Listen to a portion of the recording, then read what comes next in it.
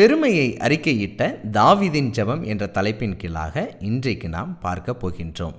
சாத்தானானவன் தாவீதை இஸ்ரவேல் தேசத்தில் மக்கள் தொகை எவ்வளவு, மக்களின் எண்ணிக்கை எவ்வளவு என்று எண்ணுவதற்கு ஏவிவிட்டான் என்று வேதாகமத்தில் ஒரு நிகழ்வு இருக்கின்றது.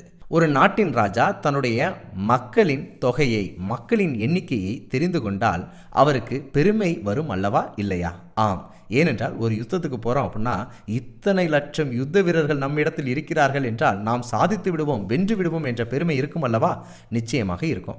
அதனாலேயே இஸ்ரவேல் மக்களை எந்த ராஜா வந்தாலும் ஆண்டவர் சொல்லாம இஸ்ரவேல் தேசத்தின் மனிதர்களை லெக்கம் பார்க்க கூடாது, ஆண்டவர் சொன்னால்தான் செய்ய வேண்டும் என்ற சட்டத்தை ஆண்டவர் மோசேயின் காலத்திலேயே கொடுத்திருந்தார். ஆனால் சாத்தானின் ஏவுதலினால் பெருமையை தேடின தாவீது தன்னுடைய மக்களின் தொகை எவ்வளவு என்று எண்ணுவதற்கு சாத்தானுக்கு அனுமதி கொடுத்து விட்டார். எத்தனை லட்சம் பேர் வந்தார்கள் என்று நான் வசனம் வாசிக்கின்றேன், நாம் தெரிந்து கொள்ளலாம். 2 சாமுவேல் 24 அதிகாரம் 9 யோவாப் ஜனத்தை லக்கம் பார்த்த தொகையை ராஜாவுக்கு கொடுத்தான். இஸ்ரவேலிலே பட்டயம் உருவத்தக்க யுத்த சேவகர் 8 லட்சம் பேர் இருந்தார்கள். யூதா மனுஷர் 5 லட்சம் பேர் இருந்தார்கள். ஆனாலும் ஆண்டவருக்கு இது விரோதமான செயல் என்பதை தாவீது உணர்ந்த போது தன் பெருமையை அறிக்கையிட்டு ஜெபம் செய்கிறார். 2 சாமுவேல் 24 அதிகாரம் 10 இவ்விதமாய் ஜனங்களை எண்ணின பின்பு ராஜாவின் இதயம் அவனை வாதித்தது. அப்பொழுது தாவீது கர்த்தரை நோக்கி, நான் இப்படி செய்ததினாலே பெரிய பாவம் செய்தேன். இப்போதும் ஆண்டவரே, உமது அடியானின் அக்கிரமத்தை நீக்கிவிடும்.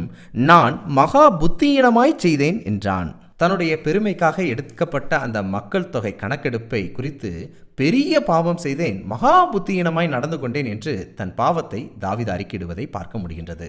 கிறிஸ்துவுக்கு பிரியமானவர்களே, நாமும் நம்முடைய வாழ்க்கையில் அநேக காரியங்களை குறித்து பெருமை பேசக்கூடிய நபர்களாக, பெருமையாக நினைக்கக்கூடிய நபர்களாக கூட இருக்கிறோம். தன்னுடைய அறிவை குறித்த பெருமை அநேகருக்கு இருக்குது, தன்னுடைய திறமையை குறித்த பெருமை அநேகருக்கு இருக்குது, தன்னுடைய பணத்தை பற்றின பெருமை அநேகருக்கு இருக்குது, தன்னுடைய செல்வாக்கை குறித்த பெருமை அநேகருக்கு இருக்குது. இப்படிப்பட்ட பெருமைகள் நமக்கு இருக்கவே கூடாது. ஏனென்றால் நமக்கு உண்டான யாவும் பரலோகத்தின் தேவனால் நமக்கு தயவாக கொடுக்கப்பட்டது என்பதை நாம் ஒருபோதும் மறந்துவிடக்கூடாது.